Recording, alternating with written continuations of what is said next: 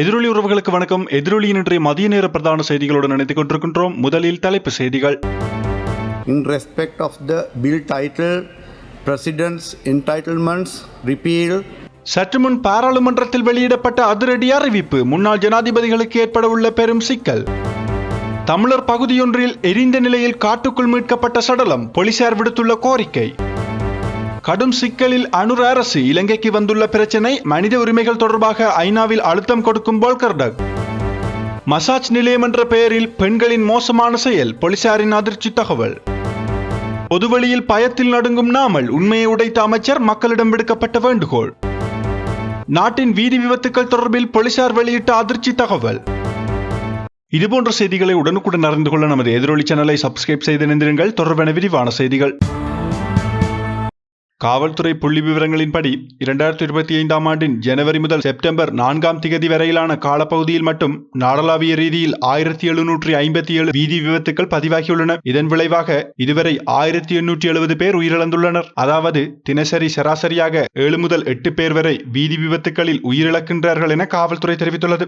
இந்த நிலையில் சாரதிகள், பாதசாரிகள் மற்றும் பயணிகள் அனைவரும் போக்குவரத்து விதிகளை கடைபிடிக்க வேண்டும் எனவும் காவல்துறை வலியுறுத்தியுள்ளது. இதனிடையே சமீபத்தில் வெள்ளவாய வீதியில் இடம்பெற்ற பேருந்து விபத்தின் காரணம் அதிகாரப்பூர்வமாக வெளியிடப்பட்டுள்ளது. காவல்துறை போக்குவரத்து பிரிவுக்கு பொறுப்பான பிரதி காவல்துறை மா அதிபர் இந்திக்க ஹெபுகொட தெரிவித்துள்ளதாவது, 25 வயதுடைய பேருந்து சாரதியின் அலட்சியத்தினாலேயே இந்த விபத்து நிகழ்ந்துள்ளது. அவரால் பஸ்ஸை கட்டுப்படுத்த முடியாததன் காரணமாகவே 15 உயிர்கள் பலியாகியுள்ளதாகவும் 17 பேர் படுகாயங்களுக்கு உள்ளாகியுள்ளதாகவும் தெரிவித்துள்ளார். முன்னாள் ஜனாதிபதிகளின் சிறப்புரிமைகளை ரத்து செய்வதற்கான சட்டமூலம் அரசியலமைப்பின் எந்த விதிகளுக்கும் முரணாக இல்லை என உயர் நீதிமன்றம் தீர்மானித்துள்ளது. இன்றைய நாடாளுமன்ற அமர்வில் இந்த தீர்ப்பை சபாநாயகர் ஜெகத் விக்ரமரத்ன அறிவித்தார்.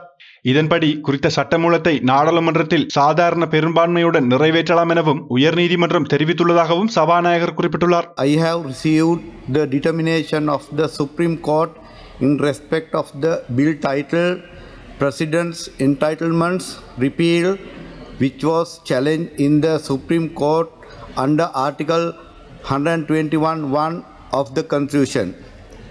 The Supreme Court has determined that no provision of the bill is inconsistent with any provision of the Constitution and can be enacted by Parliament with a simple majority.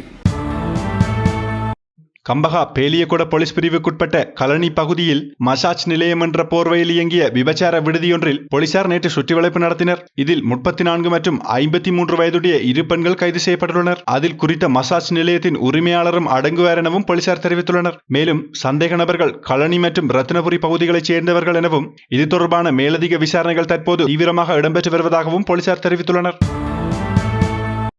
இலங்கையில் பல தசாப்தங்களாக நிலவி வந்த வன்முறை மற்றும் தண்டனையின்மையின் சுழற்சிகளில் இருந்து மீள்வதற்கான வரலாற்று சிறப்புமிக்க வாய்ப்பை தற்போது இலங்கை பெற்றுள்ளதாக ஐக்கிய நாடுகள் மனித உரிமை உயர்ஸ்தானிகர் வோல்கர்டக் தெரிவித்துள்ளார். ஜெனீவாவில் ஆரம்பமான ஐநா மனித உரிமைகள் பேரவையின் 60வது கூட்டத்தொடரில் இலங்கை தொடர்பான அறிக்கையை சமர்ப்பித்த அவர், பயங்கரவாத தடுப்புச் சட்டத்தின் கீழ் இடம்பெறும் தன்னிச்சையான கைதுகள் மற்றும் தடுப்பு காவல்களை உடனடியாக நிறுத்துமாறும் இலங்கை அரசாங்கத்தை வலியுறுத்தினார்.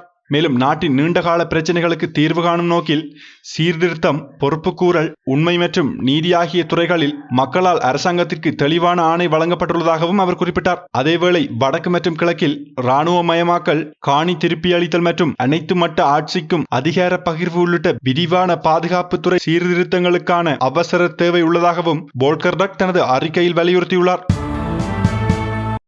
தலைமன்னார் காட்டு பகுதிக்குள் அடையாளம் காணப்படாத ஆணொருவரின் சடலம் எரிந்த நிலையில் மீட்கப்பட்டுள்ளது. மேலும் குறித்த சடலம் தலைமன்னார் காட்டுக்காரன் குடியிருப்பு பகுதியிலிருந்து கடந்த மாதம் 19 கண்டுபிடிக்கப்பட்டது எனவும் தற்போது குறித்த சடலம் மன்னார் பொது வைத்தியசாலையின் பிரேத அறையில் வைக்கப்பட்டுள்ள நிலையில் இதுவரை அடையாளம் காணப்படவில்லை. மேலும் சடலம் தொடர்பாக தகவல் தெரிந்தவர்கள் உடனடியாக தலைமன்னார் போலீஸ் நிலையத்தை தொடர்பு கொள்ளுமாறும் அதிகாரிகள் கேட்டுக்கொண்டுள்ளனர்.